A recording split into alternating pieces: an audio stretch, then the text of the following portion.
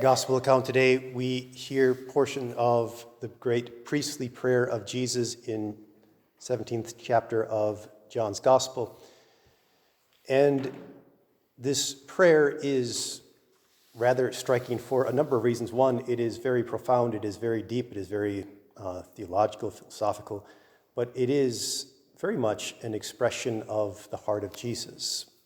And you can see several themes in it, even in this passage here, how he does pray to the Father, and he does pray for that glory, but he also prays for his disciples, and he prays for all of those who will believe because of the apostles.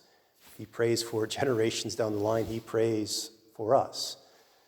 And this is striking, I think, for a number of reasons.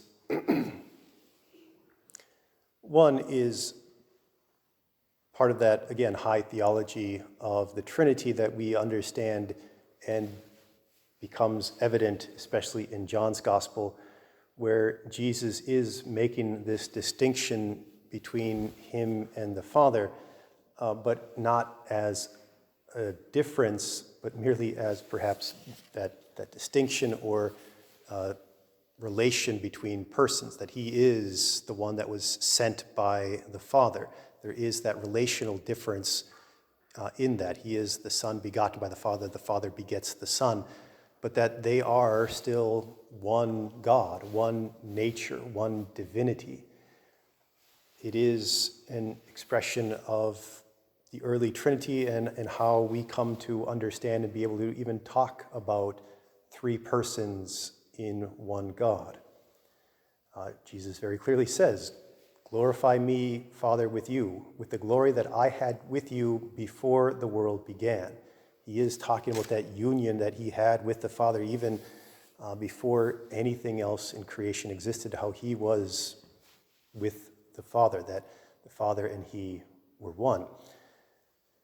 And this theology, this Trinity, is important for us, for our faith, for understanding Jesus and the Christ and his mission, and how we are to turn to God, how we are to worship God.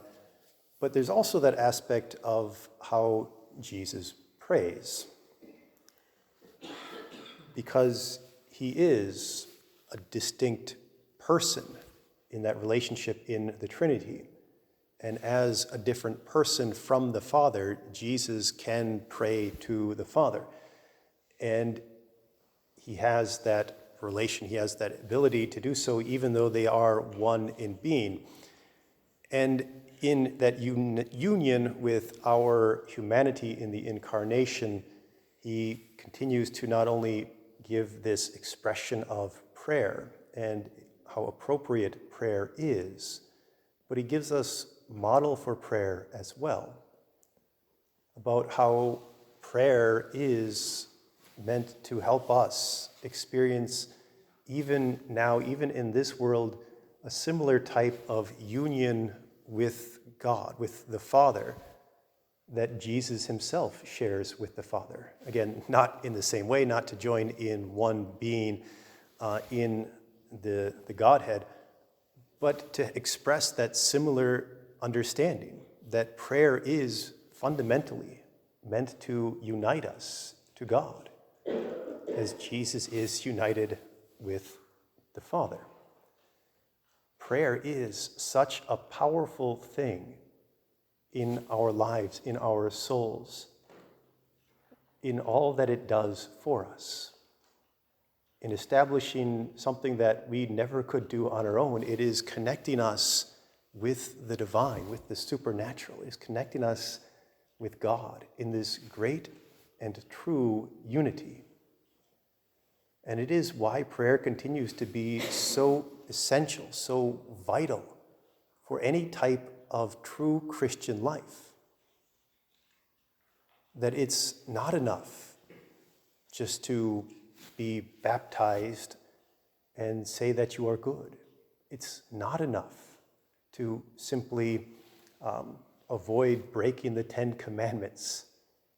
There must be true union with God in all aspects of our life. that prayer might be at the center of all that we do, and that nothing might separate us from that union, from that love of God.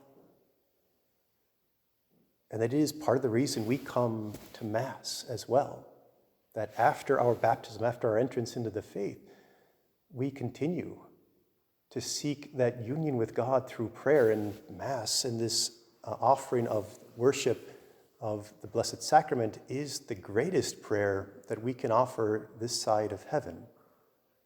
And we come to pray as individuals, but also as members of a community. This prayer is meant to help us experience that union with God, so much so that He comes to be present for us in the sacrament.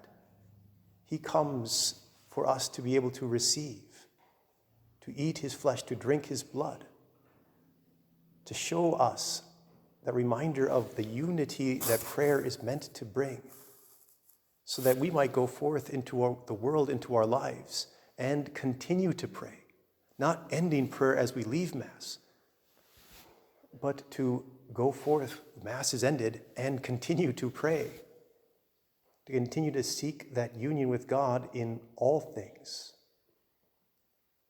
My brothers and sisters, Christ teaches us to pray. He teaches us the importance of prayer.